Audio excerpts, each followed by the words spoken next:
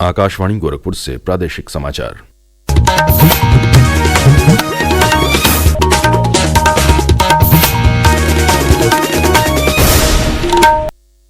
नमस्कार। समाचार बुलेटिन के साथ मैं विकास राय। पहले मुख्य समाचार। मुख्यमंत्री योगी आदित्यनाथ ने की हर घर जल योजना की समीक्षा। जल जीवन मिशन के तहत परियोजना के कार्यों का थर्ड पार्टी सत्यापन कराने का दिया निर्देश। आशुलिपिक के 661 पदों के लिए उत्तर प्रदेश अधीनस्थ सेवा चयन आयोग ने शुरू की भर्ती प्रक्रिया। 26 दिसंबर से शुरू होकर 25 जनवरी 2025 तक किए जा सकेंगे आवेदन। किसानों के दिल्ली कूच से ग्रेटर नोएडा में दिन भर रहा भारी जाम। मांगों के निस्तारण के लिए नोएडा, ग्रेटर नोएडा और यमुना विकास प्राधिकरण ने मांगा 1 हफ्ते का समय। और अगले वर्ष 18 मई को होगी जेईई एडवांस संयुक्त प्रवेश परीक्षा।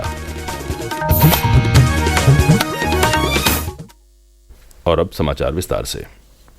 मुख्यमंत्री योगी आदित्यनाथ ने कल लखनऊ में हर घर जल योजना की प्रगति की समीक्षा करते हुए जल जीवन मिशन परियोजना के कार्यों का थर्ड पार्टी सत्यापन कराने का निर्देश दिया है। उन्होंने कहा है कि हर परियोजना के लिए नोडल अधिकारी नियुक्त किए जाएं जो स्थानीय जनप्रतिनिधियों के साथ समन्वय बनाकर सभी काम समय से कराएं। बैठक के दौरान मुख्यमंत्री ने जलापूर्ति के कार्यों के चलते खराब हुई सड़कों की मरम्मत का भी काम समय से पूरा कराने के निर्देश दिए। उन्होंने कहा कि जनप्रतिनिधियों से आवश्यक मार्गदर्शन लिया जाए, जिसके आधार पर विभागीय अधिकारियों की जवाबदेही तय होगी। बैठक में मुख्यमंत्री ने बुंदेलखंड और विंध्य क्षेत्र सहित पूरे प्रदेश में जल जीवन मिशन के कार्यों के बारे में जानकारी ली। बैठक में जल शक्ति मंत्री स्वतंत्र देव सिंह, राज्य मंत्री रामकेश निषाद मौजूद रहे।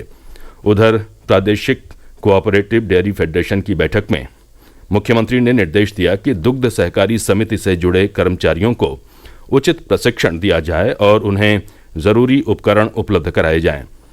मुख्यमंत्री ने कहा कि दुग्ध उत्पादन में वृद्धि के लिए किसानों को बेहतर नस्ल के पशुओं के पालन के लिए जागरूक किया जाए, साथ ही उन्हें वैज्ञानिक तरीके से पशुओं के पालन पोषण के लिए प्रशिक्षित कराया जाए।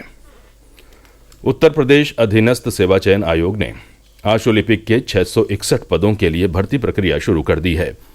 इस संबंध में आयोग की ओर से कल विज्ञापन जारी कर दिया गया है, जिसके मुताबिक 26 दिसंबर से ऑनलाइन आवेदन की प्रक्रिया शुरू होगी। 25 जनवरी 2025 तक आवेदन किए जा सकेंगे। शुल्क समायोजन और आवेदन में संशोधन की अंतिम तारीख 1 फरवरी निर्धारित की गई है।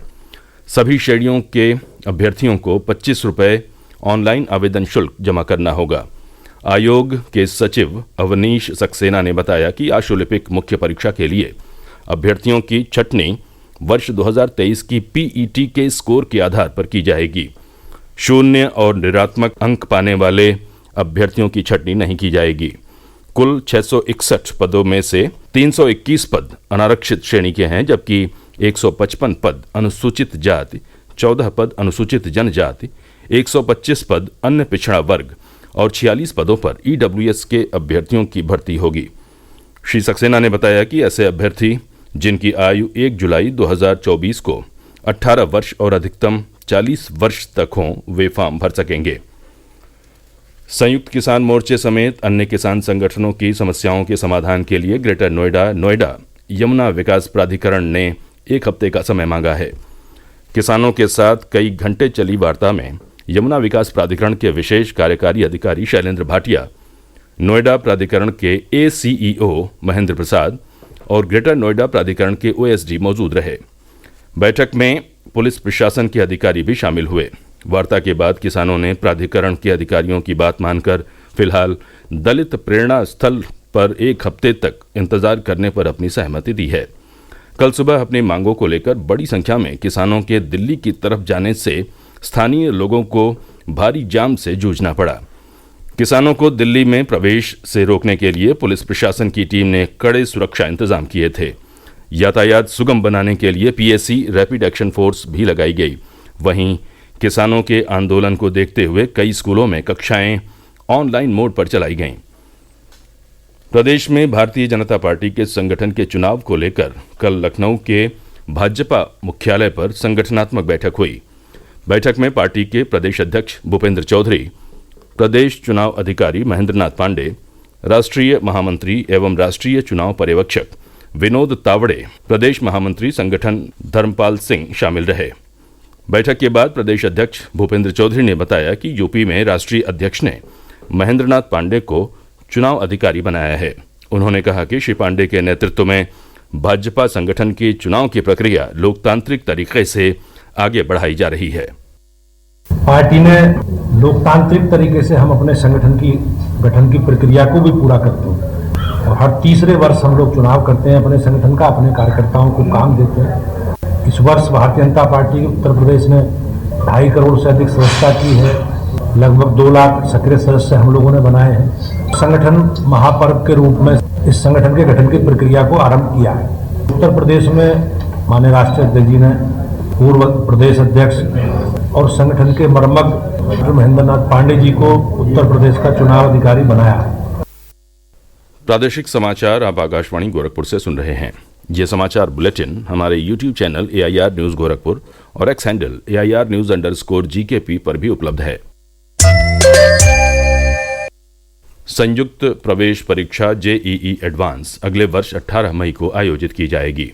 ये जानकारी भारतीय प्रौद्योगिकी संस्थान IIT कानपुर के JEE एडवांस 2025 के आयोजन अध्यक्ष ने प्रेस विज्ञप्ति के माध्यम से दी है।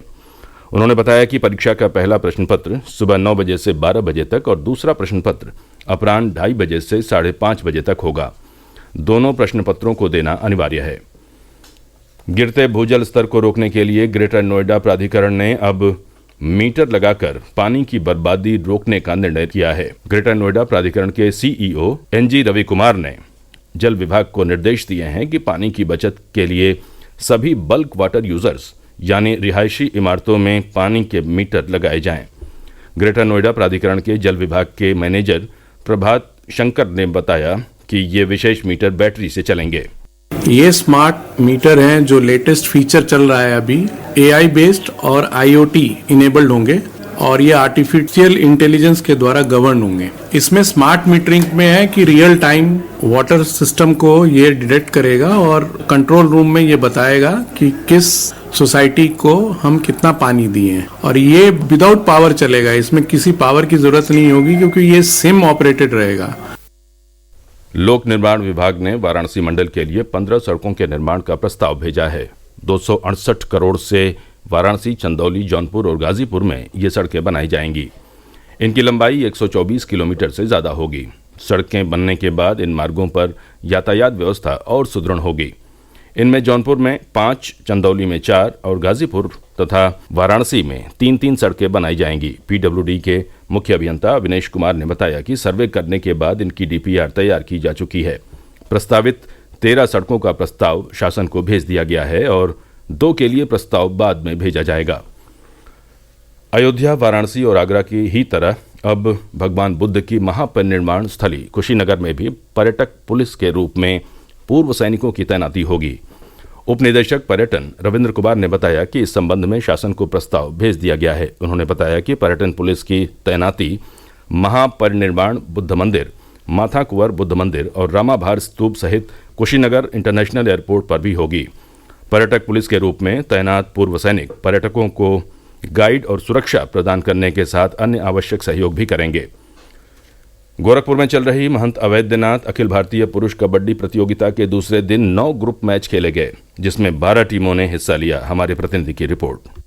महंत अवैधनाथ प्राइज मनी कबड्डी प्रतियोगिता में कल 9 ग्रुप मैच खेले गए, जिसमें 12 टीमों ने भाग लिया। आज नॉकआउट मैच खेला जाएगा। कबड्डी प्रतियोगिता का शुभारंभ 1 दिसंबर को खेल मंत्री गिरीश चंद्र यादव ने किया था। इसका समापन 4 दिसंबर को मुख्यमंत्री योगी आदित्यनाथ करेंगे। गिरीश नारायण चौबे, आकाशवाणी समाचार, गोरखपुर। प्रतियोगिता में विजेता टीम को 2 लाख रुपए और उप विजेता को 1 लाख रुपए का पुरस्कार दिया जाएगा। इसके अलावा 2 टीमों को 50-50 हजार रुपए पुरस्कार स्वरूप दिए जाएंगे। और अंत में मुख्य समाचार एक बार फिर। मुख्यमंत्री योगी आदित्यनाथ ने की हर घर जल योजना की समीक्षा। जल जीवन मिशन के तहत परियोजना के कार्यों का थर्ड पार्टी सत्यापन कराने का दिया निर्देश। आशु लिपिक के 661 पदों के लिए उत्तर प्रदेश अधीनस्थ सेवा चयन आयोग ने शुरू की भर्ती प्रक्रिया। 26 दिसंबर से शुरू होकर 25 जनवरी 2025 तक किए जा सकेंगे आवेदन। किसानों के दिल्ली कूच से ग्रेटर नोएडा में दिन भर रहा भारी जाम। मांगों के निस्तारण के लिए नोएडा, ग्रेटर नोएडा और यमुना विकास प्राधिकरण ने मांगा 1 हफ्ते का समय। और अगले वर्ष 18 मई को होगी जेईई एडवांस संयुक्त प्रवेश परीक्षा। इसी के साथ ये समाचार बुलेटिन समाप्त हुआ। नमस्कार।